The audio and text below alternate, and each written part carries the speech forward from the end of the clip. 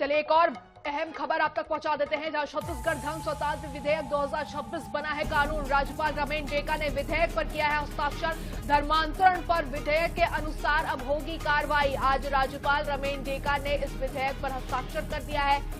तो क्या क्या प्रावधान हुए हैं आपको ये भी बता दें कि अब बल, प्रलोभन, दबाव, मिथ्या जानकारी या कपटपूर्ण धर्म परिवर्तन प्रतिबंधित पूरी तरीके से हो जाएगा। कोई अगर स्वेच्छा से यानी अपनी इच्छा से धर्म बदलना चाहता है तो उसे पहले जिला मजिस्ट्रेट को सूचना देनी होगी और इसके साथ साथ धर्मांतरण की जो जानकारी है वो भी सार्वजनिक रूप से प्रदर्शित करनी पड़ेगी। इसके साथ ही 30 दिनों के भीतर आपत्ति दर्ज कराने का प्रावधान भी होगा। विधेयक में प्रलोभन, सामूहिक धर्मांतरण और डिजिटल माध्यम से धर्मांतरण जैसे शब्दों को परिभाषित किया गया है। पैतृक धर्म में वापसी को धर्मांतरण बिल्कुल भी नहीं माना जाएगा। इस विधेयक में है अवैध धर्मांतरण पर 7 से 10 वर्ष तक की जेल होगी, 5 लाख तक जुर्माना हो सकता है। वहीं अगर पीड़ित जो है वो नाबालिग, महिला, SC, ST या OBC से है तो ऐसे मामले में आपको बता दें कि 10 से 20 वर्ष तक की जेल होगी, वहीं 10 लाख रुपए तक का जुर्माना हो सकता है। सामूहिक धर्मांतरण मामले में 10 साल से लेकर आजीवन कारावास की सजा हो सकती है। इसके साथ ही 50 लाख जुर्माना का प्रावधान भी होगा। विधेयक के तहत अपराध अजमानतीय होंगे, वहीं मामलों की सुनवाई विशेष न्यायालय में की जाएगी।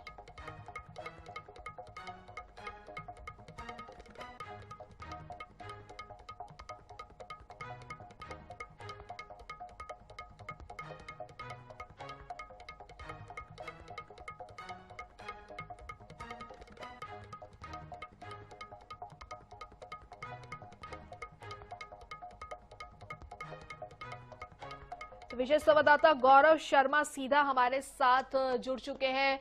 गौरव जी, आज राज्यपाल जी ने हस्ताक्षर कर दिया है, विधेयक जो है वो कानून बन चुका है। कितना फायदा इससे होगा? और जिस तरीके से हम देख रहे थे कि छत्तीसगढ़ में अवैध धर्मांतरण जोरों शोरों से चल रहा था, कितना अंकुश लग पाएगा?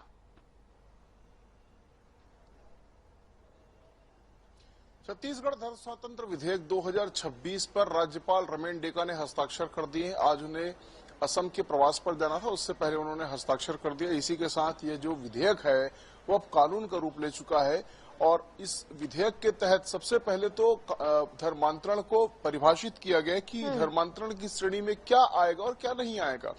इसके तहत बल, प्रलोभन, दबाव, मिथ्या जानकारी या कपटपूर्ण धर्म परिवर्तन जो है वो छत्तीसगढ़ में प्रतिबंधित होगा। तो सबसे पहले तो इस बात को परिभाषित किया गया है कि धर्मांतरण की श्रेणी में क्या आएगा। कोई स्वेच्छा से धर्म बदलना चाहता है तो जिला मजिस्ट्रेट को पूर्व सूचना देनी होगी। इस बात को भी उल्लेख किया गया। धर्मांतरण की जानकारी सार्वजनिक रूप से प्रदर्शित की जाएगी। 30 दिनों के भीतर आपत्ति दर्ज करने का प्रावधान भी होगा। तो जो धर्मांतरण करना चाहता है वैधानिक रूप से, उसके प्रावधान भी इस विधेयक में रखे गए हैं। लेकिन साथ ही साथ अवैध धर्मांतरण को लेकर सख्ती जो है वो इस विधेयक में देखने मिलेगी। विधेयक में प्रलोभन, सामूहिक धर्मांतरण और डिजिटल माध्यम से धर्मांतरण जैसे शब्दों को भी परिभाषित किया गया है। पहली बार छत्तीसगढ़ में जो धर्मांतरण का कानून बना है उसमें डिजिटल धर्मांतरण को भी परिभाषित किया गया है। कई तरह के जो मामले आते हैं, बस्तर में आए मामले, इसी तरह के कई तरह के मामले सरगुजा में और मैदानी क्षेत्रों में भी आए, तो इसी तरह के मामलों को देखते हुए डिजिटल धर्मांतरण को भी परिभाषित किया गया। पैतृक धर्म में वापसी को धर्मांतरण नहीं माना जाएगा और साथ ही साथ अवैध धर्मांतरण पर 7 से 10 वर्ष तक जेल होगा और 5 लाख जुर्माना हो सकता है। जो तमाम सजाओं के प्रावधान थे, चाहे वो ST, SC, OBC, महिला, नाबालिग, इन तमाम विषयों को परिभाषित किया गया है। सामूहिक धर्मांतरण, 2 से अधिक लोग या 2 लोग भी अगर धर्मांतरण करते हैं और ये संज्ञान में आता है तो इस पर जो है आजीवन कारावास का प्रावधान होगा। इस पर धर्मांतरण, सामूहिक धर्मांतरण का कानून लागू होगा और अब ये जो विधेयक था वो कानून का रूप ले चुका है। राजपत्र में अधिसूचना के प्रकाशन के साथ ही ये पूरे प्रदेश में लागू हो जाएगा और जो विषय संज्ञान में आएंगे धर्मांतरण के, उसमें ये प्रभावी होगा। तो ये देखना होगा कि अब प्रदेश में जो धर्मांतरण को लेकर लगातार हल्ला मच रहा था, लगातार सियासी बवाल देखने मिल रहा था और कई जगहों से विवाद के मामले आ रहे थे, तो इससे कैसे रोक लगती है और कितना प्रभावी एक जो कानून है वो धरातल पर साबित होता है। बिल्कुल गौरव जी, लेकिन अक्सर ऐसा देखते हैं गौरव जी कि ऐसे मामलों में संतुलन बनाए रखना सबसे बड़ी चुनौती हो जाती है कि किस तरीके से संतुलन बनाकर रखा जाए। तो इसके दुरुपयोग को रोकने के लिए भी क्या कोई प्रावधान है?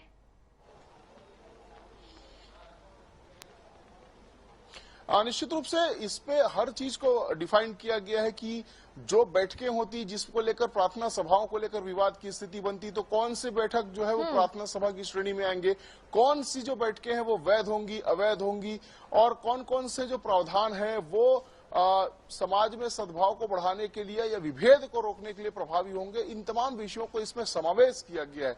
बहुत विस्तृत कानून बनाया गया और ऐसा कोई भी अंश इससे नहीं छूटा है जिससे धर्मांतरण करने या कराने वालों को लाभ मिल सके।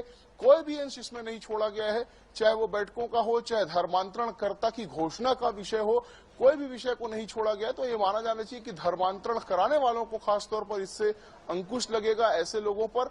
और साथ ही साथ छत्तीसगढ़ से जो धर्मांतरण का दंश था जिससे लगातार डेमोग्राफी बिगड़ने की बात कही जा रही थी, उस पर रोक लगेगा।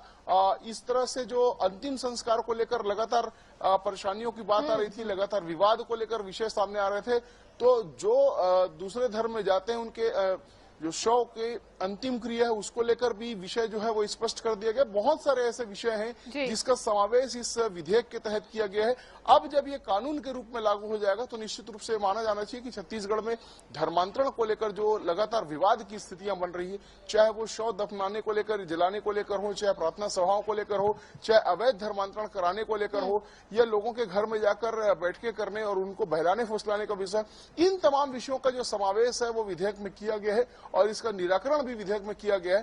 तो ये माना जाना चाहिए कि एक प्रभावी कानून जो है वो अब राज्यपाल के हस्ताक्षर के बाद छत्तीसगढ़ में सुनिश्चित हो पाएगा। तो बिल्कुल, आज राज्यपाल ने आपको बता दें कि हस्ताक्षर तो कर दिए हैं, कानून तो बन गया है, लेकिन अब ये देखने वाली बात होगी कि ये कानून कितना ज्यादा कारगर साबित होता है, क्योंकि छत्तीसगढ़ में बहुत ज्यादा अभी जरूरी हो गया अवैध धर्मांतरण के मामले जिस तरीके से निकलकर सामने आ रहे हैं और इन मामलों को लेकर विवाद की स्थिति भी पैदा हो जाती है। तो ऐसे में ये कानून बेहद ही ज्यादा जरूरी है। हमारे साथ जुड़ने के लिए और तमाम जानकारी के लिए गौरव जी, शुक्रिया आपका।